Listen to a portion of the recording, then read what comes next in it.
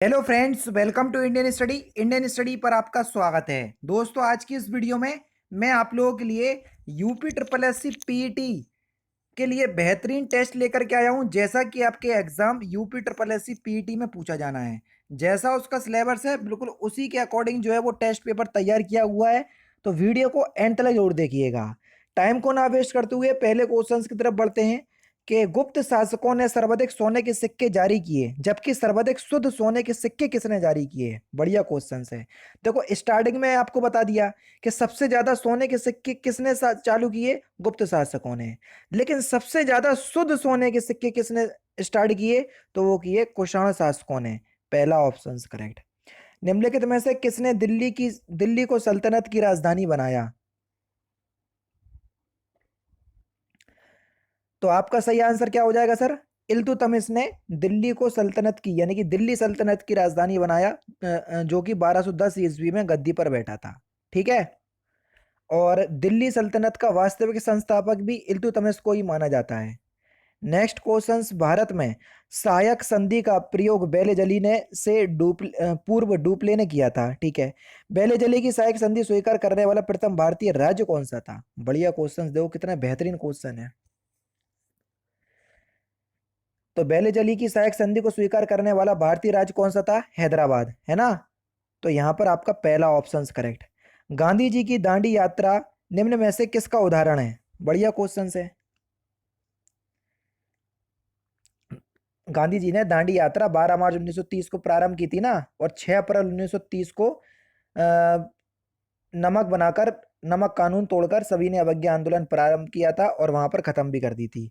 तो किसका उदाहरण है ये? सभी ने अवज्ञा आंदोलन का, यानी कि इस क्वेश्चन का दूसरा ऑप्शन करेक्ट। वर्ष 1916 में कांग्रेस और मुस्लिम लीग का संयुक्त अधिवेशन कहाँ हुआ था। और यार, वीडियो अगर आपको अच्छी लगे तो 100 लाइक का टारगेट रखता हूँ, तो प्लीज कंप्लीट कीजिएगा। तो सही आंसर आपका क्या हो जाएगा सर, जल्दी से बताओ। तो लखनऊ में आयोजित किया था, तीसरा ऑप्शन करेक्ट। नेक्स्ट क्वेश्चन से स्टार्ट करने से पहले मैं आपको बता दूं, दोस्तों आज की इस वीडियो में हम बात करने वाले हैं UP triple S C PET की बेस्ट बुक के बारे में, जो कि चक्षु प्रकाशन की है। आप सभी लोग जानते हैं फॉर्म आ चुके हैं और आगामी 3 सवा 3 महीने में आपका एग्जाम भी हो जाएगा। इस बुक को UP triple S C PET के सिलेबस को ध्यान में रखते हुए तैयार किया गया है, जो कि संपूर्ण गाइड बुक है। अगर आप जीरो लेवल से तैयारी करना चाहते हैं तो ये बुक आप लोगों के लिए बहुत ही अच्छी होगी। और 6 सॉल्व पेपर भी दिए हुए हैं, जहां से आपको ये पता चल जाएगा कि एग्जाम में किस तरीके से क्वेश्चंस जो है वो आपके पूछे जाते हैं। अगर हम सॉल्व पेपर की बात करें तो देखो पूरा सिलेबस दिया हुआ है पहले, और अगर हम सॉल्व पेपर की बात करें तो यहां पर देख लीजिए। अगर आप सॉल्व पेपर भी देखते हो और कोई क्वेश्चंस आपको नहीं आता है तो पूरा सॉल्यूशन आपका व्याख्या सहित दिया हुआ है, जहां से आपको बहुत सारी चीजें जो है वो जानने में समझने में मिलेंगी, है ना।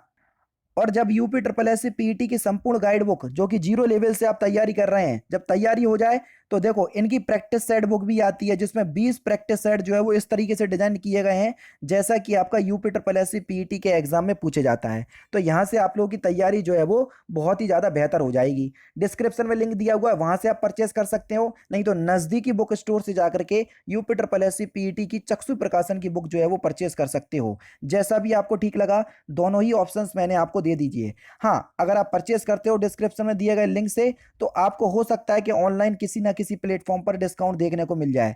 बाकी यही मैंने आपको बताना था, जो आप लोगों के लिए बेस्ट बुक थी वो मैंने आपको बता दी। नेक्स्ट क्वेश्चन से आपका कि भारतीय राष्ट्रीय आंदोलन से हैं बाकी ये क्वेश्चंस, कि भारतीय उपद्रव का पिता किसे कहा जाता है। तो देखो, अगर हम बात करें दोस्तों भारतीय उपद्रव के पितामह की, तो बाल गंगाधर तिलक, यानी कि इस क्वेश्चन का दूसरा ऑप्शन करेक्ट हो जाएगा।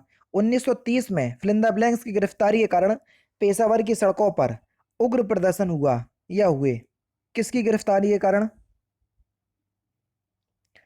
तो 1930 में अब्दुल खान या अब्दुल गफ्फार खान की गिरफ्तारी के कारण पेशावर की सड़कों पर उग्र प्रदर्शन हुआ, है ना। यानी कि इस क्वेश्चन का पहला ऑप्शन करेक्ट। खुदाई खिदमतगार भी कहते हैं इन्हें। नेक्स्ट क्वेश्चन, वर्ष 1908 में हुए सोनग्राम संगमा के विद्रोह का कारण क्या था।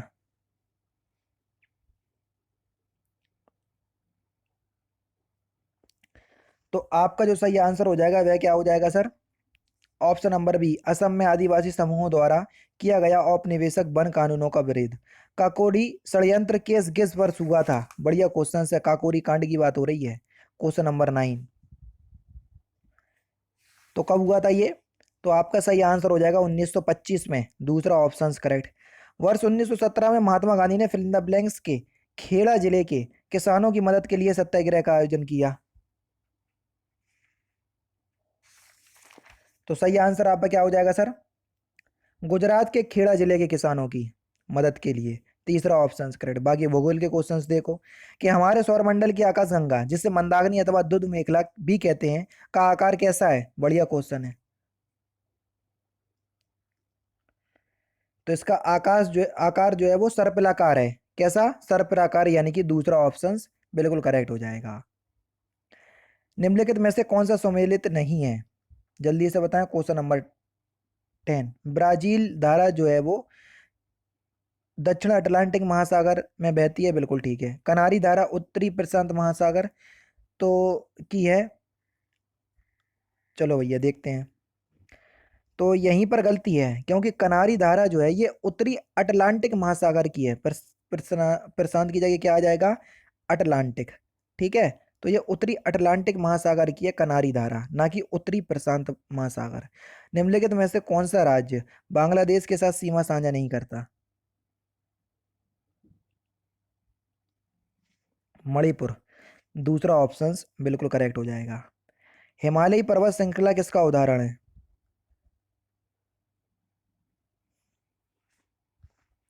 तो किसका उदाहरण है? बलित या मोड़दार पर्वत का, यानी कि इस क्वेश्चन का तीसरा ऑप्शन करेक्ट। अंतरराष्ट्रीय तिथि रेखा क्या है? तो अंतरराष्ट्रीय तिथि रेखा क्या है? 180 डिग्री पूर्वी देशांतर या 180 डिग्री देशांतर, दूसरा ऑप्शन बिल्कुल करेक्ट हो जाएगा। काल्पनिक रेखा है ये, एक ध्यान रखना। जैसे जैसे अर्थव्यवस्था का विकास विकास होता है, वैसे वैसे जीडीपी में तृतीय क्षेत्र का अंश क्या होता है? बढ़ता है, घटता है या स्थिर रहता है? तो जैसे जैसे अर्थव्यवस्था का विकास होता है, वैसे वैसे जीडीपी में तृतीय क्षेत्र का अंश जो है वो बढ़ता है, यानी कि इस क्वेश्चन का तीसरा ऑप्शन करेक्ट हो जाएगा। ठीक है, नेक्स्ट क्वेश्चन। कीमत स्वीकारक फर्म की औसत संप्राप्ति बाजार कीमत की फिल इन द ब्लैंक्स होती है।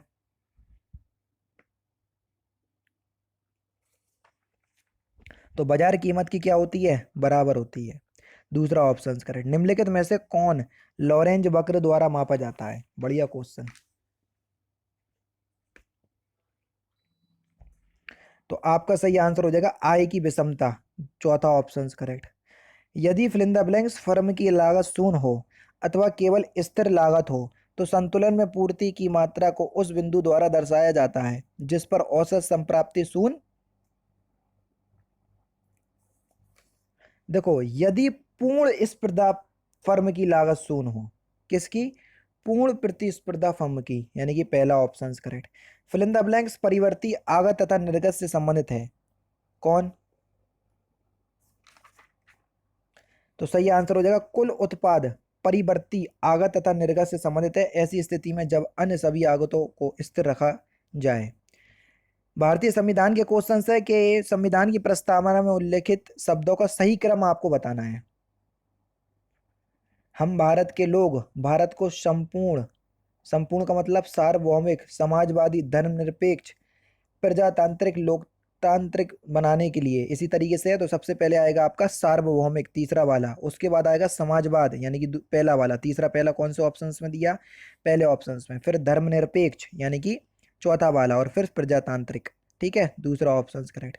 भारतीय संविधान की समवर्ती सूची की धारणा किस देश के संविधान से ली गई है? समवर्ती सूची, तो ये ऑस्ट्रेलिया के संविधान से ली गई है, दूसरा ऑप्शन करेक्ट।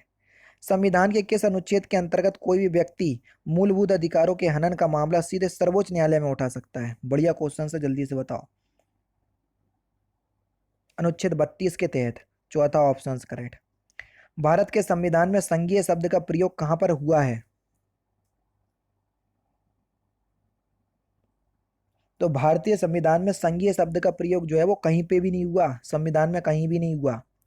भाषाई आधार पर राज्यों का पुनर्गठन कब किया गया? तो इस क्वेश्चंस का आंसर आप मुझे कमेंट बॉक्स में बताइएगा, क्योंकि सिंपल क्वेश्चंस हैं। तो दोस्तों ये थे आपके important questions UP triple S C PET के लिए, जो कि आपकी आगामी परीक्षा के लिए बेहद इंपॉर्टेंट है। क्लास दोस्तों अगर आपको अच्छी लगे तो प्लीज़ दोस्तों वीडियो को लाइक शेयर जरूर कर दीजिएगा। बाकी मिलते हैं फिर नेक्स्ट क्लास में, नेक्स्ट सेशन में। जय हिंद और जय भारत।